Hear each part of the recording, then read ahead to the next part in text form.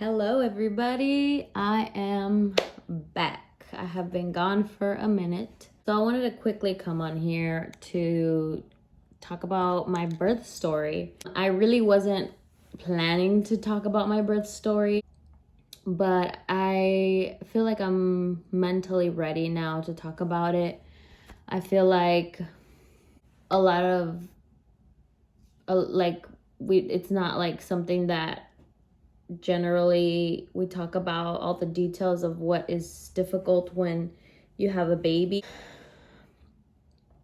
Basically, I started having contractions on September 16th, one day before my baby was born, which I want to kind of preface that I literally walked every day for 30 minutes or more, and I drank the raspberry teas. I did everything that it says in the book to do. I even crawled on the floor in my last few days when I was like 1 week late from my due date, because my original due date, for those of you who don't know, my original due date was September 11th. So when I didn't give birth in September 11th, I was like doing everything. I was walking more.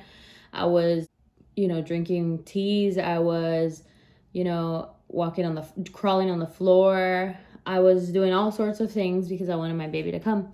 But basically, I did that throughout my whole pregnancy, the walking, the teas, just exercises and stuff.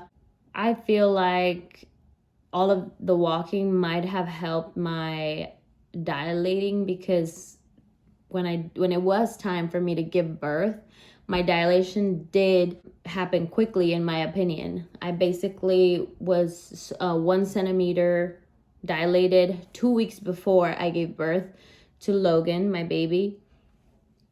And I mean, just to kind of give a background, I was firm in my decision, at least I felt like I mentally prepared myself to not give in to getting epidural and not giving birth through C-section.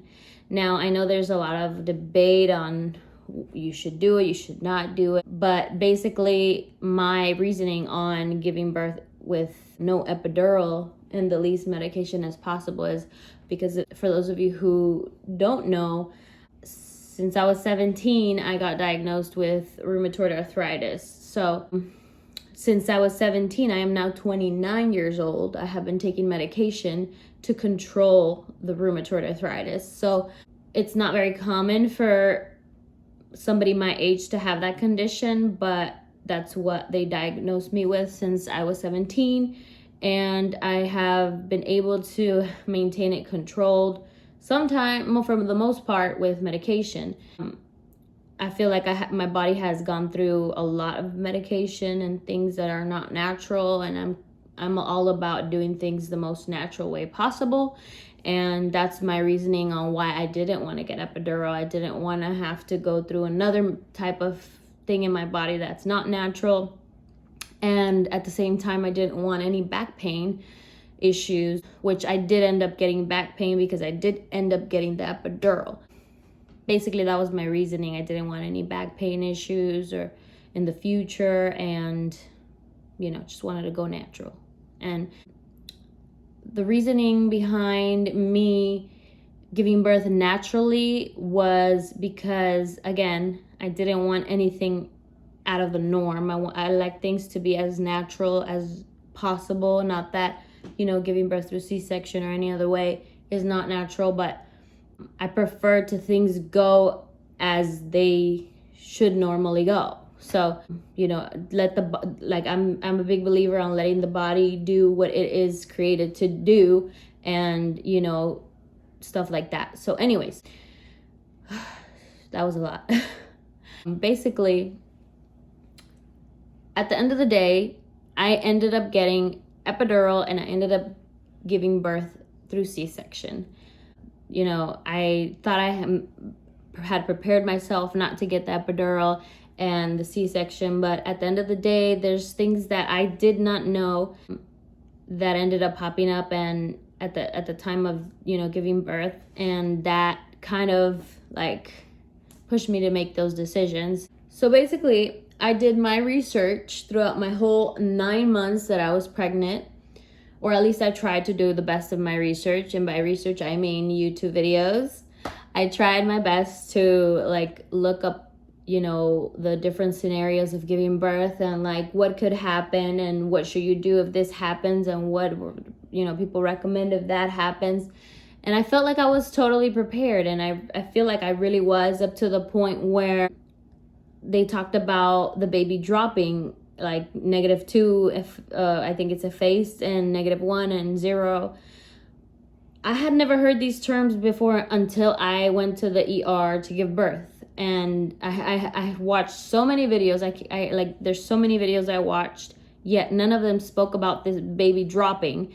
And so when September 16th is when I started contracting, throughout, you know, since the morning to the night, I had contractions that kind of increased. They increased in the nighttime on September 16th. And then on September 16th, it was like around, I'd say, which I think on September 15th, I had an appointment that I went to for a checkup, you know, because at the end of your pregnancy, they have those weekly checkups.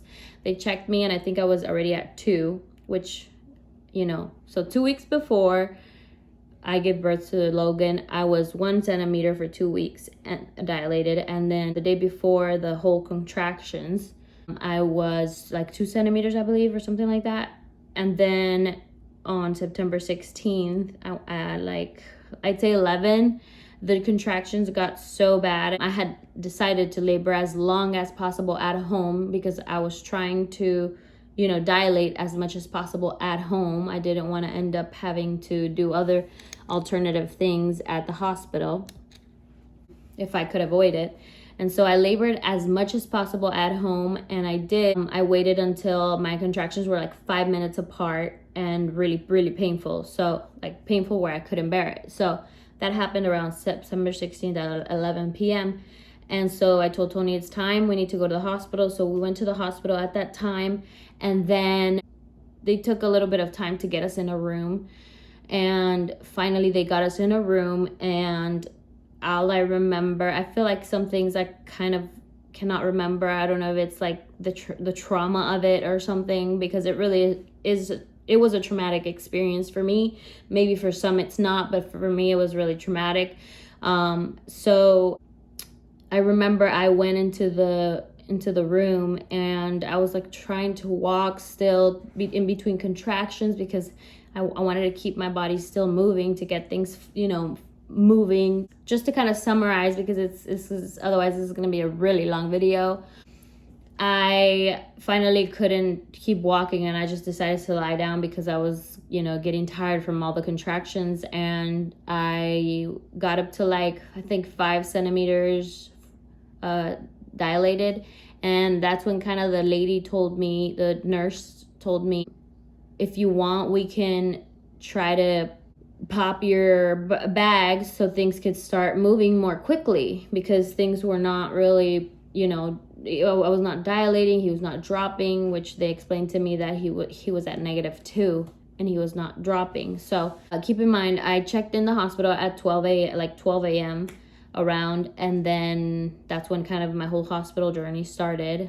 And so on September 17th, and I remember that I felt so much pain that I was like, just give me the IV. And they told me that the IV would only last 2 hours, and I only had three doses of it that I could take. So I took all 3 doses because I ran through all, you know, 6 hours and still no baby dropping. And then I couldn't bear the pain, and I told them, just give me the epidural.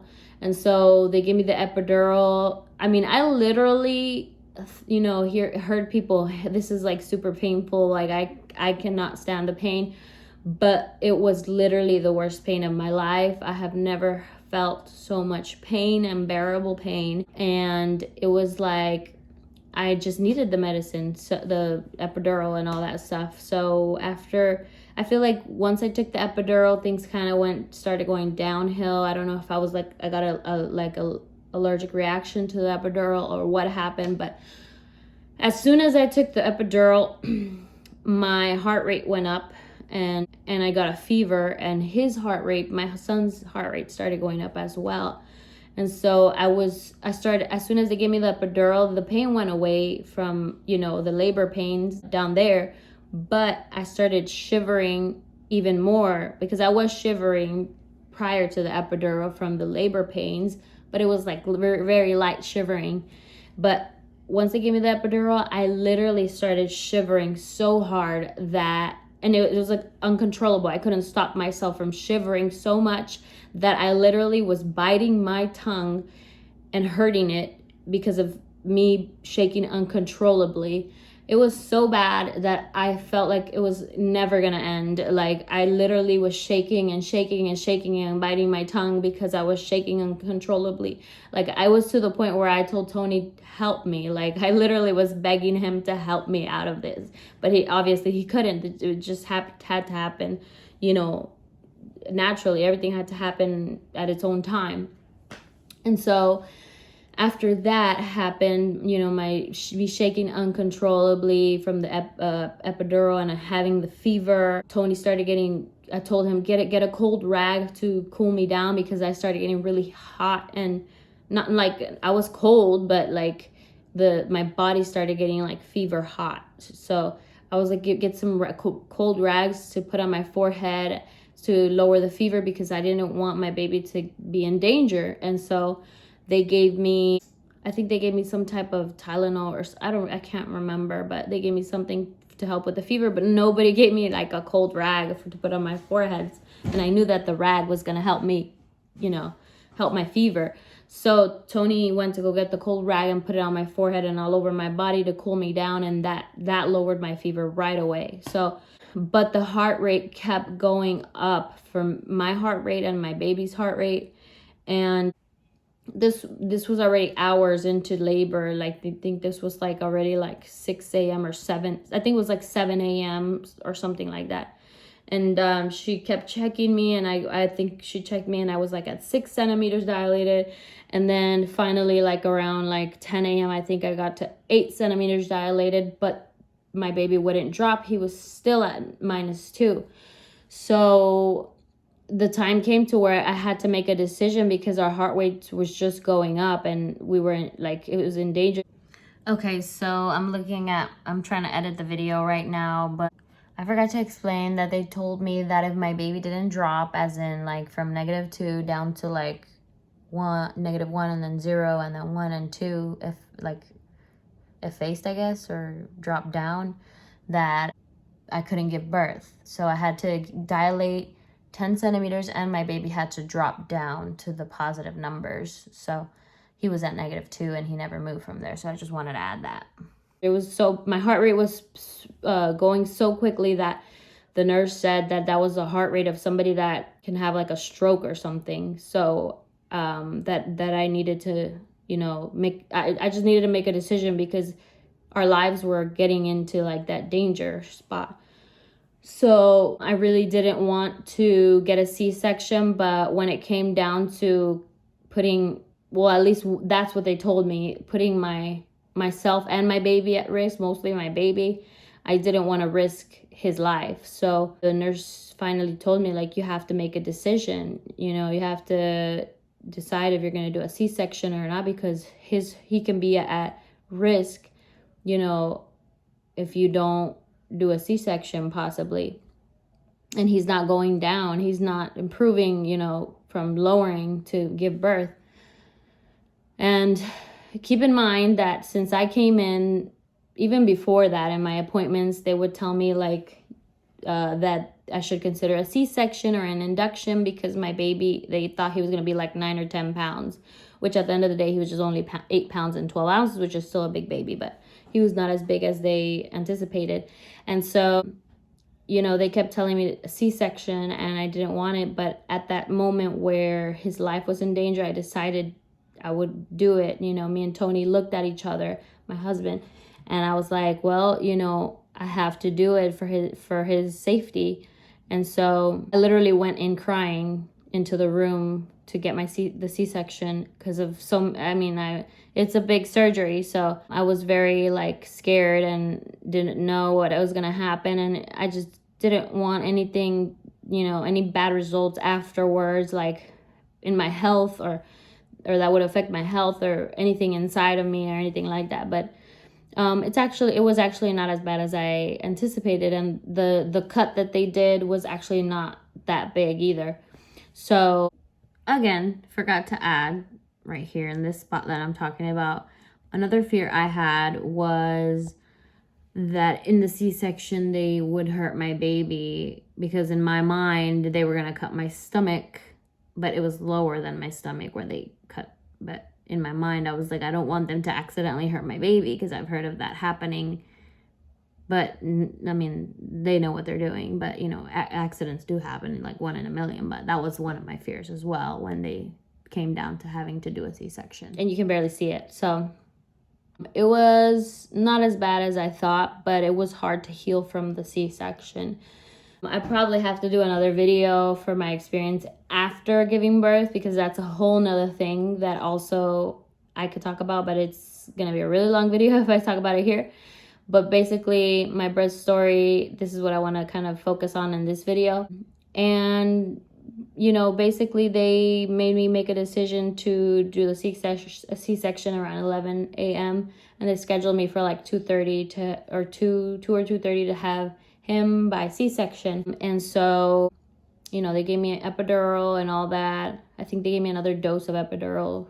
I can't remember, but I'm trying to explain what I remember, but I'm not the greatest at remembering what exactly happened. I get like little glimpses of what happened. Again, I feel like I was kind of traumatized or something, because I feel like a lot of things just kind of erase in my mind, or they come to me later on. But I went into the C-section room after they gave me the epidural medicine to be able to do that. And so I remember I was crying when I was going in there, and it was just very emotional, because that was not what was in my birth plan. It was not what I had planned to do, but it was very difficult to accept the fact that things were not going to go as I planned. And so I went in there and I was like, well, I'm doing this for my baby. At the end of the day, my body I would give it all for him. So I went into that room and they did the whole procedure and they took him out, and they just lifted him up and showed him to me quickly. And I just burst out in tears when I saw him. And my husband, he was able to kind of see him up close first. And then I was just lying there and they were putting my organs, I guess, back in, which sounds so weird. But they put all my stuff back in my body, I guess. And I was fully awake. And so then they sewed me, I guess, but I couldn't feel anything. All I could feel was kind of like nudges and pushes, but I couldn't feel pain. But it feels weird. It just feels like pressure or something. So definitely not comfortable, but it was very difficult for me to do a C-section, because I had this picture in my head imagining, that I was going to give birth and they were going to throw my baby on top of me, and I was going to have this emotional mother-son moment, and it was going to be beautiful. But no, that's not what happened.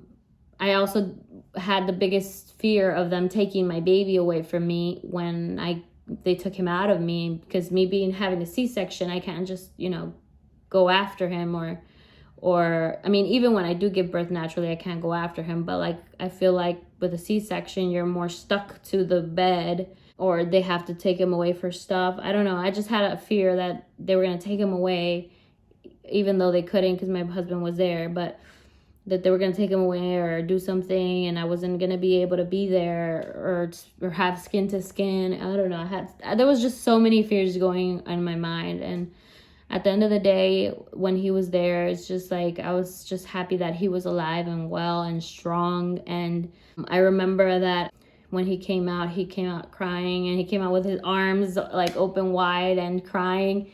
And I was crying and my husband was crying, and he just melted our hearts right away. And so I really can't can't be like, I'm so grateful no matter how I gave birth to him or what the process was. Like, he's the best thing that has ever happened to me, and I just love him so much, and he has melted my heart like no other person has. So I'm just really grateful to God that I have such a special little boy in my life that has just taken over my life. And so he was 8 pounds, 12 ounces. They did the whole procedure, cleaning him up or whatever. And then after they, finished the procedure with me in the C-section, my husband left with the baby, and I don't know where they went, but they took him somewhere. When they were done with me, they took me to where the baby was. And so when I went there, I just was staring at him. I couldn't believe that he was there and he was mine. And before I gave birth, I was scared that he might have, because I hear that some babies have a hard time latching on, and I had that fear as well. But at the end of the day, that little boy, it's like he knew how to breastfeed, how to like eat, how to breastfeed. And so I just put him on me, and that little boy just latched on like it was second nature to him. He's always been a little hungry little boy and always latches on quickly. So thankfully he didn't have that issue. He definitely was like very strong and like healthy as soon as he came out, and I am so grateful for that. And so basically that was my birth story. It was not a natural birth, but it was, a birth. And so my respects. I think I respect a lot of moms more now, because it's like, no matter how you give birth naturally or C-section or I don't know, whatever other things, inductions, whatever, like each thing is so hard. It's not easy at all. It's very traumatic. It can be a very traumatic on the body. It can be very traumatic mentally. There's a lot to it. And aside from that, you have to take care of your baby when things are still like recuperating in your body. And then, breastfeeding when you're a new mom, like that's a whole different thing that you have to learn how to even do. Because I remember like the first week, I didn't even know what I was doing. And I had to get there was a lactation consultant in the hospital that they sent. And she basically taught me the basics of how to do everything. And so, but even then I still struggled with things that I didn't know. And it's like you learn as you go. Like I feel like I prepared so many things before he was born. And when he was born, it's like there's so many things that you cannot prepare for. But it was a wonderful thing to experience, even though it was traumatic to me. But that's basically my birth story. I think what helped me a lot was having the support of Tony. He was just always just there holding my hand and, speaking positive words to me, like, it's going to be okay and everything happens for a reason, or, you're strong and you got this, and all these things that, I needed to hear. And just being there, being there holding me, and it was something that just like helped me so much throughout that whole process of like going through things that were not expected. I kind of gave you guys a summary of what my birth story was, because there's so many little details and I like to go into detail, but I don't want this video again to be super long. So if you guys want me to do more videos like this, let me know. But I feel like more of my, on my personal channel, there's going to be a lot of content like this with my baby. I'll have to do a video of my baby as well. I want to do a video of my nursery too, because I'm kind of fixing it little by little, but there's still things that I need to fix and stuff, but I want to do a video of that too. So yeah, so far I have lost about 40 pounds or more, because I was 197, I think, when I was pregnant, and I'm down to like 153 or so. So, I lost a lot of weight the first 2 months. Like I was literally losing like, I think 5 pounds or sometimes like 2 pounds every day. It was like, I don't know, was it every day? I think it was like every week, something like that. 5 pounds, 2 pounds, something like that. It was like big amounts of pounds what was going down, thank God. But I'm still definitely not at the weight that I want to be at. You know, it's a process. I was pregnant in 9 months, and I think it's a process to get back to where you normally were. I hear that it takes about a year for your body to go back exactly how you had it before. Well, probably not exactly, but similar to how you had it before.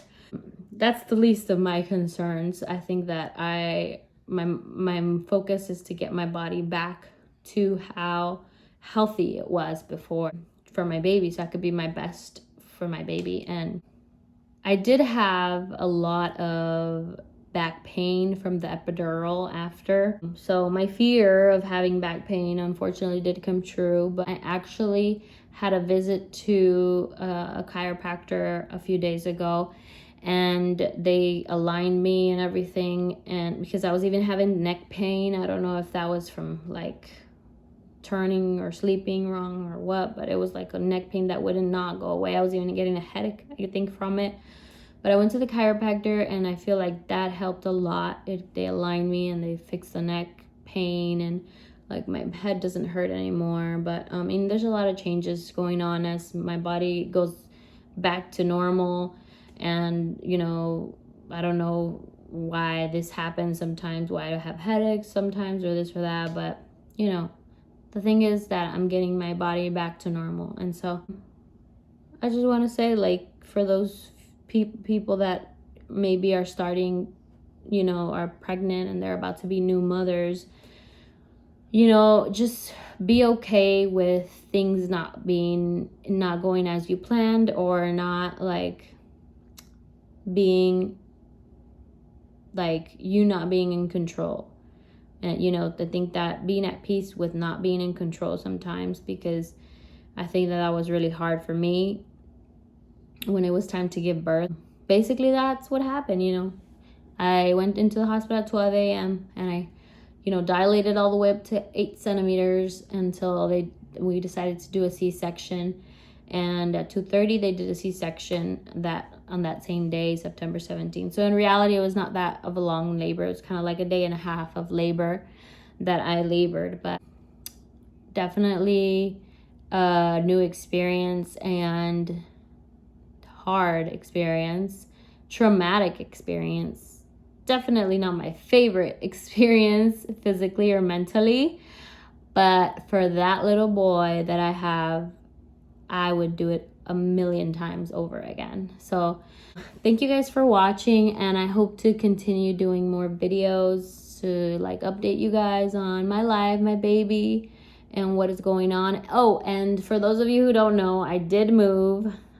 For those of you who can notice the backgrounds of my videos, I moved, and I am now closer to my parents and Tony's parents, because we used to be about 45 minutes away.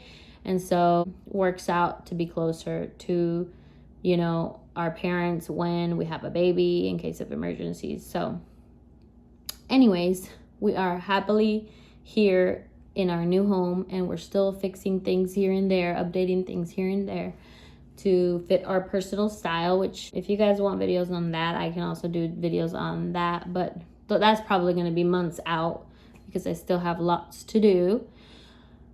Again, I hope you guys are having a great day, and I hope you guys have a great week. All right, before I for real leave you guys, if you guys want to follow me on Instagram, I have lots of pictures of my baby boy there, and I update more often there. My Instagram will be down below, and my Facebook. All right, see you guys later.